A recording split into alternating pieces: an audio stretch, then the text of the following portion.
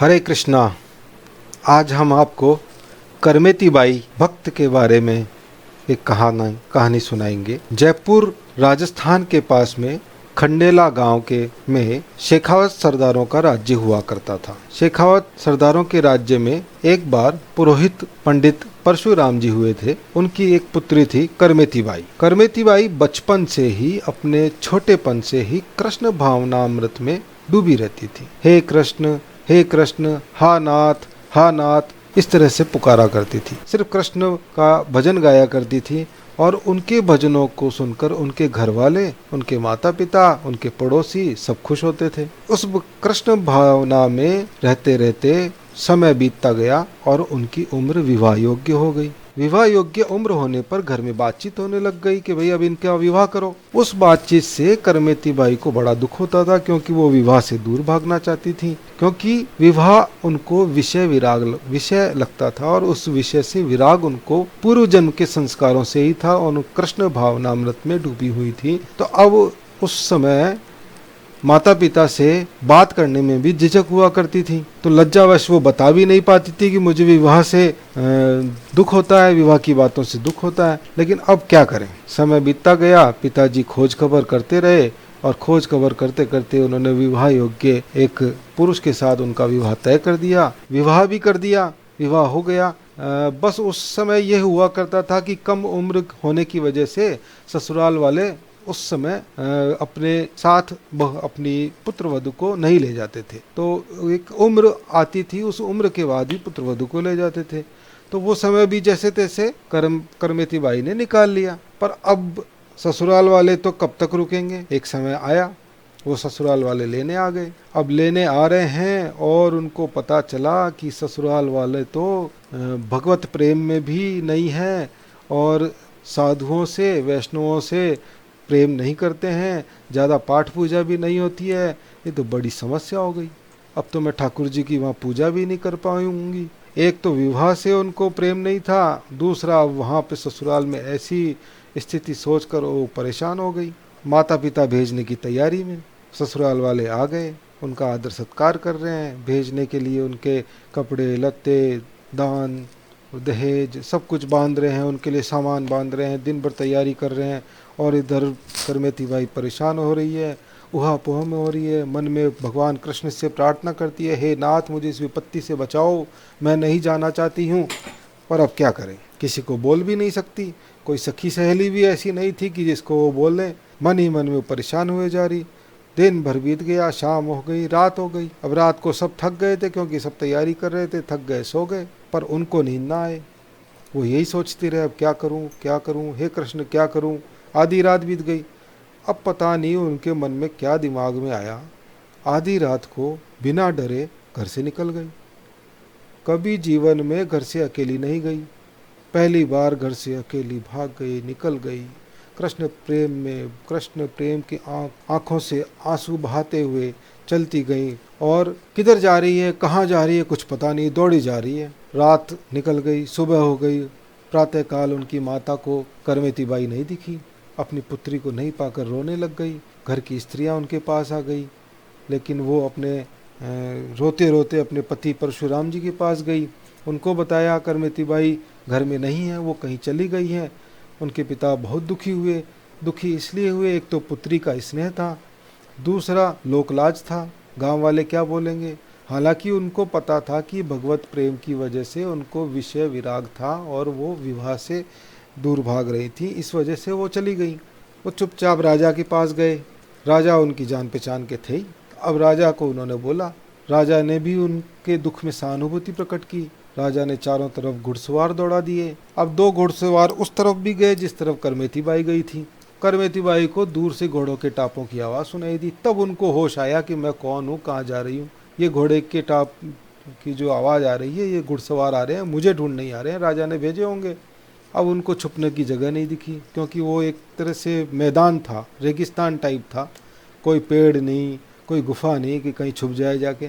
लेकिन पास में उनको एक मरा हुआ ऊँट दिखा। उस ऊँट का पेट गिद्ध और सियारों ने खाली कर दिया था, तो उस पेट में करमेती बाई छुप गई। बहुत दुर्गंध आ रही थी उसमें, लेकिन उस दुर्गंध को बिना सोचे समझे कैसी भी दुर्गंध हो, श्याम प्रेम की सुगंध को अपना कर उन वो पेट में छुप गई। और उस दुर्गंध की वजह से वो घुड़सवार पास में नहीं आए। हो कोई यहाँ कौन होगा, आगे निकल गए, चले गए। पर वो इतनी डरी हुई थी कि उस पेट में कृष्ण नाम का अनवरत जाप करते हुए 3 दिन तक उसी पेट में बिना खाए पिए सोए वहाँ बैठी रही। 3 दिन के बाद में वो वहाँ उस पेट से बाहर निकली। चौथे दिन थोड़ी सी आगे गई, आगे जाकर उनको कोई साथ मिल गया। साथ चलते चलते वो हरिद्वार पहुँच गई।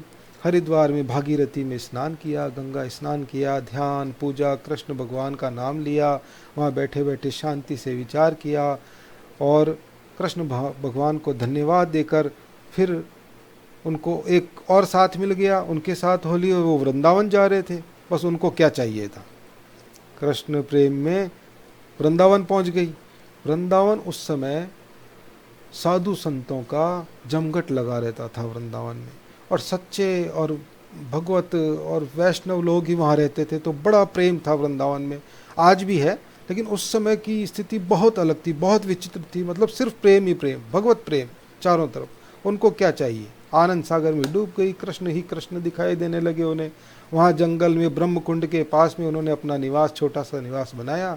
वहाँ ध्यान करती, पूजा करती, आँखों में आंसू बहाती रहती, कृष्ण को देखती रहती मन ही मन में, और कृष्ण का जाप करती रहती। उस जाप को सुनते सुनते वहाँ के साधु संतों में उनकी अच्छी वो हो गई कि भाई हाँ, ये तो बहुत अच्छी संतनी है, बहुत अच्छी तपस्विनी है। ऐसे बात पहुँचते पहुँचते बात उनके पिता तक पहुँच गई। अब पिता परशुराम जी भी एक दिन उनको ढूंढते ढूंढते वृंदावन पहुँच गए।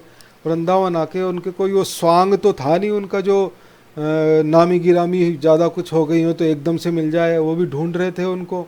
एक दिन पेड़ पर चढ़े गए, पेड़ पर चढ़ते चढ़ते उन्होंने देखा ब्रह्मकुंड के पास में एक वैरागिणी दिखाई दी। वो वैरागिणी उनको उनकी पुत्री की भांति दिखी, तो दौड़े चले आए वहाँ पे।